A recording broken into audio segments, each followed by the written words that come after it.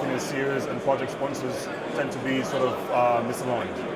So I think what needs to happen is to have a proper conversation that's realistic about market conditions. For instance, we're in an environment where crude prices are moving up, so people think that it's an environment that's more positive to investment in the upstream sector, for instance.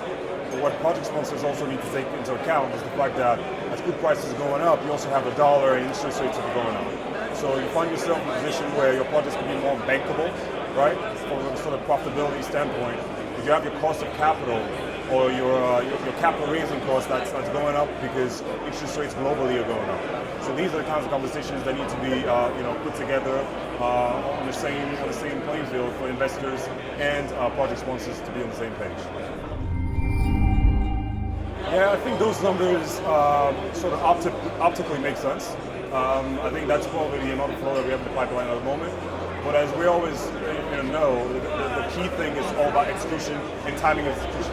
So you might have this capital pipeline at the moment, which is the numbers that you've alluded to. But depending on whether the project gets delayed or people start facing some execution hurdles, that capital flow might pull back. Or if the macroeconomic environment around the world gets better, maybe that capital flow might actually go up from where it is now.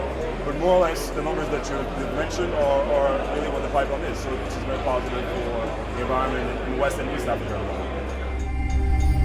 We look at all of sort of sub-Saharan Africa, all of it, maybe not as much in Southern Africa because we have a team that's based in Johannesburg that covers that part of the market. But we look at anything from Senegal to Angola, and then all of East Africa, obviously, to the Horn of Africa.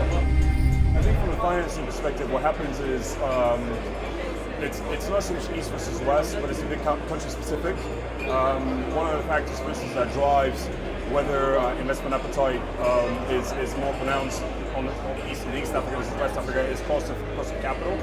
And relative cost of capital also between international capital and local capital. So you have countries where inflation rates are really high. So high inflation countries tend to have higher cost of capital because central bank rates are higher. So we add a credit spread on top of that. That gives you a higher cost of capital for corporations, regardless of the industry that you're in. Obviously, oil and gas being one of them. So in countries where you have lower inflation, right? Some of the countries, for instance, in West Africa that are within the Francophone and the Franc region, which is the Franc currency, which is pegged to the euro, they tend to have very low inflation. So the cost of capital in those regions tend to be low, and it's easier, for instance, for local banks to be able to facilitate access to capital to companies there. So those are the dynamics that you see, for instance, opposed to some countries in East Africa, where inflation at times will ratchet up to levels where cost of capital becomes prohibitively expensive for corporations.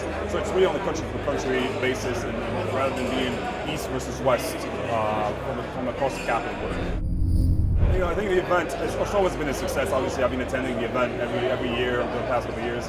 I think this time it's a bit different because the first time the event was actually hosted in London. I think it's quite an interesting twist because now it's providing a slightly different platform from being hosted in Cape Town. Cape Town's always been great, obviously, but I think being based here now in London, which is the financial capital of the world, just gives access to more of the finance side of the world. So you have a lot of financiers here at the event, and I think it's quite momentous because we're in an environment where capital raising is getting hot again because crude prices are elevated. So we've got a lot of bankers here, a lot of private equity people, and a lot of deal makers here in London. So I think this is a perfect platform to be able to have all these people all in the same room. So it is great.